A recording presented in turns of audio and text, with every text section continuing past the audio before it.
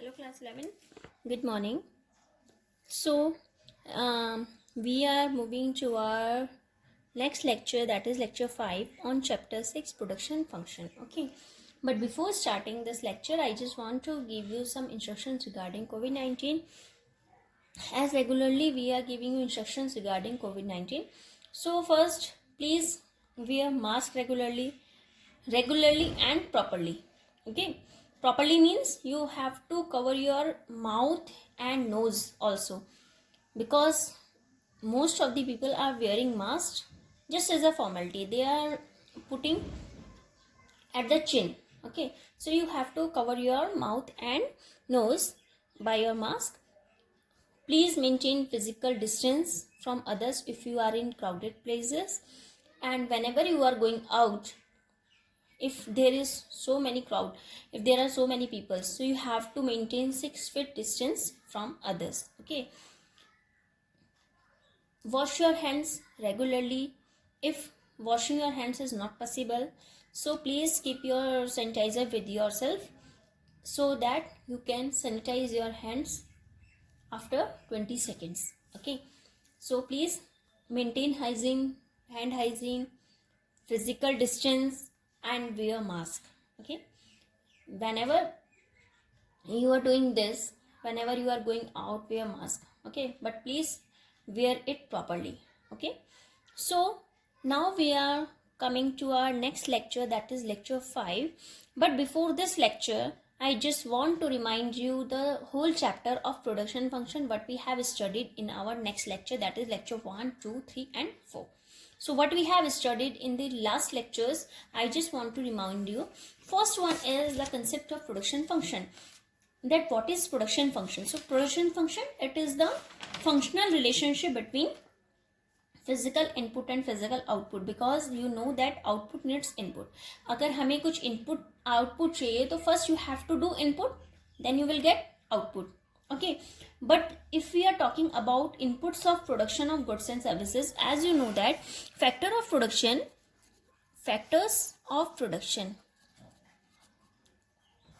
land, labor,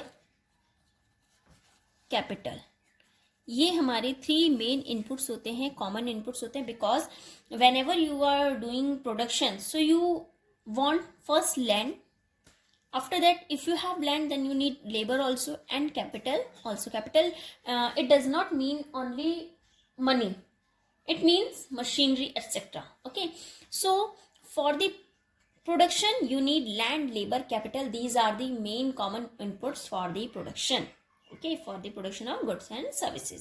So as a producer you would always be interested to know how much labor and capital are required to produce a given quantity. If you are a producer, assume that you are a producer.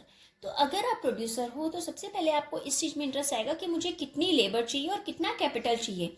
If you are having your land, so you want to do production, so you want to be interested in knowing that how much capital and how much labor you have to be needed for the production of a given quantity of a commodity. Okay, suppose for 10 units of capital and 5 units of labor are required to produce 100 units of capital.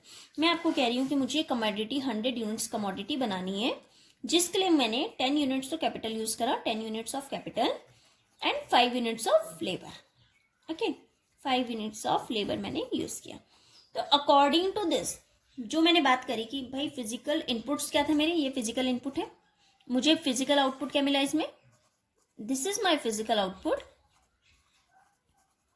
And this is my physical input. So for physical output you have to need physical inputs, that is capital and labor.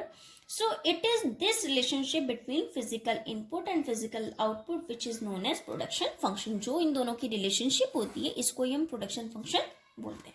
Okay, so production function is the functional relationship between physical input and physical output. If you have to show by its algebraic form, so how will you show it?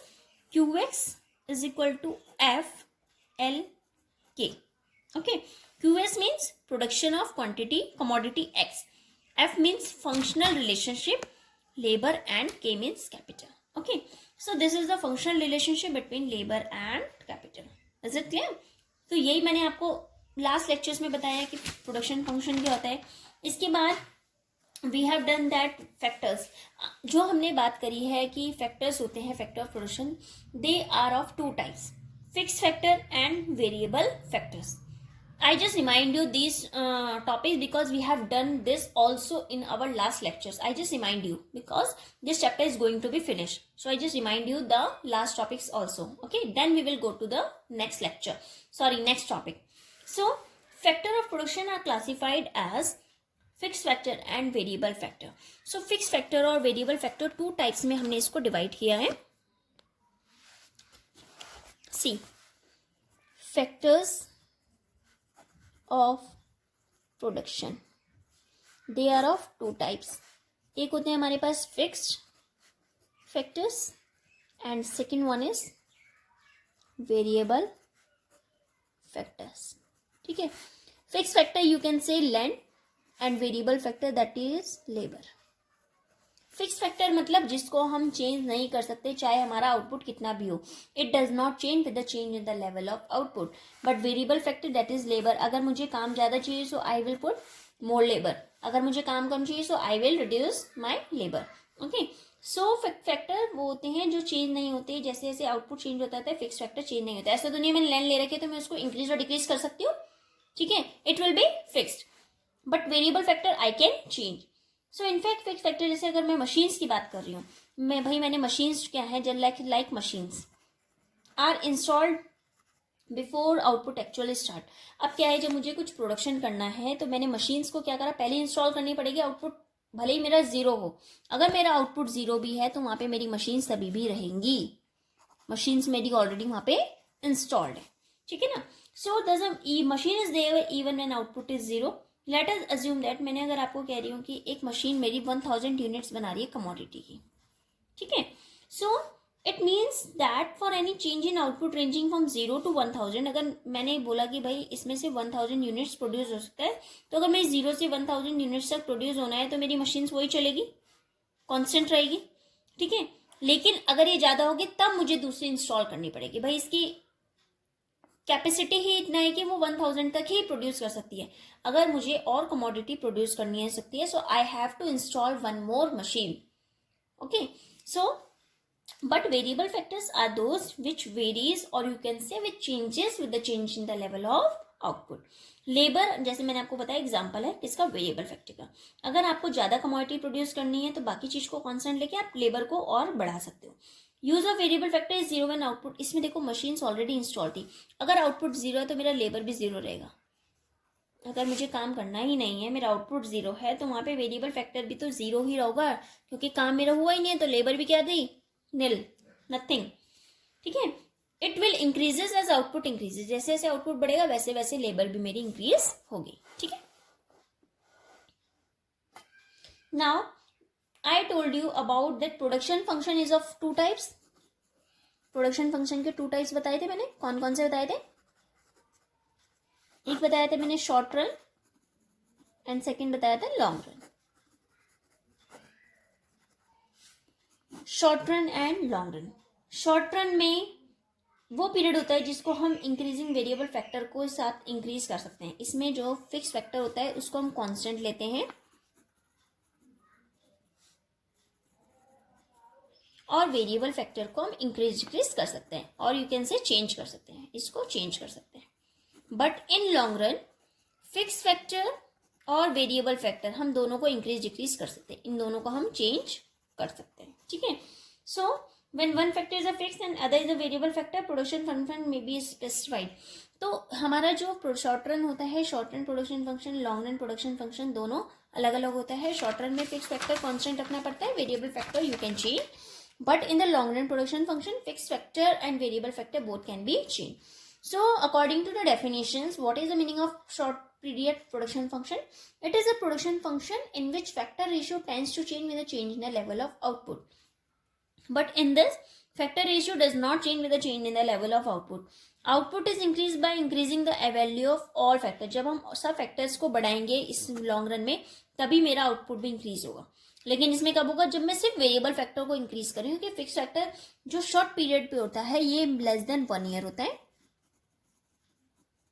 Less than 1 year, और long run मतलब 1 year और you can से more than 1 year. अगर आप production 6 महीने के लिए कर रहे हो, 7 महीने के लिए, 8 महीने के लिए या 1 साल के लिए कर रहे हो, 1 साल से कम के लिए कर रहे हो, उसको हम शॉर्ट रन प्रोडक्शन फंक्शन कहते हैं। उसमें हम लोग फिक्स फैक्टर को चेंज नहीं करते हैं, सिर्फ वेरिएबल फैक्टर चेंज करते हैं, क्योंकि वो टाइम बहुत छोटा होता है, उसमें हम फिक्स फैक्टर को चेंज नहीं कर पाएंगे, ठीक है ना। लॉन्ग रन में काफ़ी टाइम लंबा होता है, तो हम उसमें अपना फिक्स फैक्टर भी चेंज कर सकते हैं, यानी कि लैंड मशीन जो हमारे फिक्स थे हमने उसको भी चेंज कर सकते हैं और वेरिएबल को भी चेंज कर सकते हैं, ठीक है। After this, I told you about TP, AP and MP. TP is the sum total. ये बताया था मैंने प्रोडक्ट के। TP मतलब टोटल प्रोडक्ट। फॉर्मूला क्या होता है TP का? TP is equal to AP into L. AP means average product, that is per unit of product, है ना। AP is equal to TP upon L.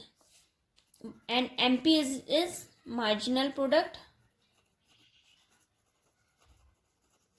MP is equal to TPN minus TPN minus 1, ठीक है। देखिए इसमें क्या होता है, जो भी चाहे हम TP की बात करें, चाहे AP की बात करें, MP की बात करें, इसमें दोनों मेन क्या है, TP। तो first you have to, whenever other value is given, if TP is given then it's okay, you can calculate easily AP and MP। But if TP is not given and other value is given, just suppose AP is given, then first you have to calculate TP, then MP, because MP is also based on TP. Okay, for they three all are dependent on each other. After this we are coming to the next, that is causes of increasing returns to a factor. I explained you that increasing returns to a factor, 3 stages of production are there, that is increasing returns, diminishing returns to a factor, and third one is negative returns to a factor. But if I am saying that increasing returns to a factor, so what are the causes of increasing returns to a factor? First point is, first point is fuller utilization of the fixed factor. जो increasing returns हो रहा है अगर factor का, तो उसमें हम किस वजह से हो सकता है, क्या कारण होता है उसके। देखो फर्स्ट होता है इनिशियल स्टेजेस में fixed factor. If I am talking about like machine, it will remain underutilize, it's fuller utilization calls for greater application of the variable factor. अगर मुझे अपना फुलर यूटिलाइजेशन करना है इसका फिक्स फैक्टर का, तो I have to call more application of variable factor, I have to call more labour, ज्यादा labour लगानी पड़ेगी। Hence initially so long as fix factor remains underutilize, additional units of variable factor add more and more to total output. जितना हम additional factors लगा रहे हैं, क्योंकि fix factor तो हमने सेम रखा है, कॉन्स्टेंट रखा है, लेकिन जैसे जैसे हम वेरिएबल फैक्टर को ऐड कर रहे हैं तो उससे हमें ज्यादा आउटपुट मिलता है, और marginal product of the variable factor tends to increase. Okay, second one is division of labor and increase in efficiency. Additional application of the variable factor enables process based division of labor. जो मैंने कहा कि मैंने ज़्यादा application लगाई, ज़्यादा labour लगाई, उससे क्या हुआ, प्रोसेस बेस्ड डिवीजन हुआ लेबर का। स्पेशलाइज्ड वर्कर्स को अलग प्रोसेस के लिए रखा, इससे क्या हुआ, प्रोडक्टिविटी जो थी वेरिएबल फैक्टर की वो इंक्रीज हुई और मार्जिनल प्रोडक्टिविटी भी राइज हुई, ठीक है। जैसे suppose you can understand this point by they, अगर सपोज मेरे को अपनी क्लास का अकॉर्डिंग टू आवर क्लास में मुझे डिवीजन करना है स्टूडेंट्स का, तो according to their interest and according to their efficiency I will divide the class, I will make a group and divide the whole class, ठीक है। मैंने देखा है कि भाई किसकी राइटिंग ज्यादा अच्छी है, 5-7 बच्चों का एक ग्रुप बना दिया। कौन डिबेट में ज्यादा अच्छा है, स्पीकिंग स्किल किसकी ज्यादा अच्छी है, उसको एक ग्रुप में रखा। थर्ड में कह रही हूँ कौन स्पोर्ट्स में ज्यादा अच्छा है, उसको एक ग्रुप में रखा। तो ऐसे ही हम लोग क्या करते हैं, लेबर को ये डिवाइड करते हैं और उससे हमारी एफिशिएंसी इंक्रीज होती है, ठीक है। After this next point is better coordination between the factors. As you know that in the increasing returns to a factor, so long as fixed factor remain underutilized, so additional application of the variable factor tends to improve the degree of coordination between the fixed and variable factor। जैसे ऐसे हम लोग क्या करते रहते हैं, variable factor को additional application करते हैं उसकी, तो उससे हमारा जो कोऑर्डिनेशन होता है फिक्स फैक्टर में और वेरिएबल फैक्टर में, वो भी क्या होता रहता है, इम्प्रूव होता रहता है, ठीक है। सो these are the points of causes of increasing returns to a factor. Okay, After this, we are moving to the causes of diminishing returns to a factor. See, next point is causes of diminishing returns to a factor. That is, diminishing returns to a factor or law of diminishing may be explained in terms of following factors. कि हम कह रहे हैं diminishing हुआ था returns to a factor, तो उसके कारण क्या होते हैं, उसके causes क्या होते हैं. First point is fixity of the factor. It is the principal cause behind the law of diminishing returns. When we are talking about diminishing returns, so first point is fixity of the factor. As more and more units of the variable factor are combined with fixed factor, the latter get excessively utilized. जब हमने क्या करा, ज़्यादा से ज़्यादा variable factor यानी कि labour को हमने कंबाइन किया फिक्स फैक्टर के साथ में, अपनी लैंड के साथ में, तो उससे क्या हुआ कि मेरा ज़्यादा से ज़्यादा वो यूटिलाइज हुआ. ठीक है. It suffers greater wear and tear of losses. इससे क्या हुआ कि जो एफिशिएंसी थी उसका ज़्यादा से ज़्यादा यूज हुआ और जो कि हमारे कोई काम नहीं हुआ, तो उससे डिमिनिशिंग रिटर्न्स होना स्टार्ट हो गया. नेक्स्ट है इम्परफेक्ट फैक्टर सब्स्टिट्यूबिलिटी. जो फैक्टर ऑफ प्रोडक्शन होते हैं वो इम्परफेक्ट सब्स्टिट्यूट होते हैं एक दूसरे के.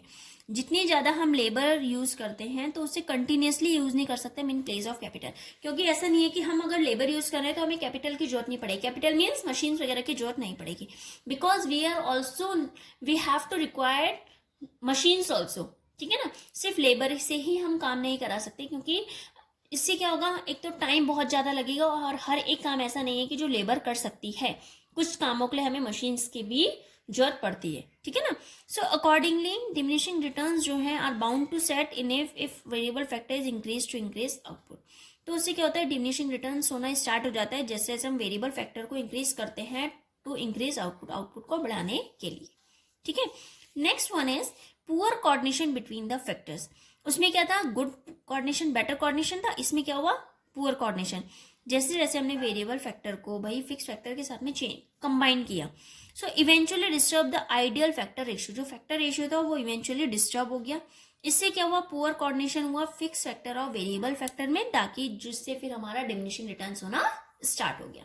ठीक है. So these are the causes of increasing returns and diminishing returns to a factor. Okay. After this, next topic is relationship between TP and MP. As I told you, total product and marginal product. So what is the relationship between total product and marginal product? See here, it is a table, units of factor, units of variable factor. As you know that fixed factor remains constant, but variable factor will be increasing. Okay. Here is MP, here is TP and AP.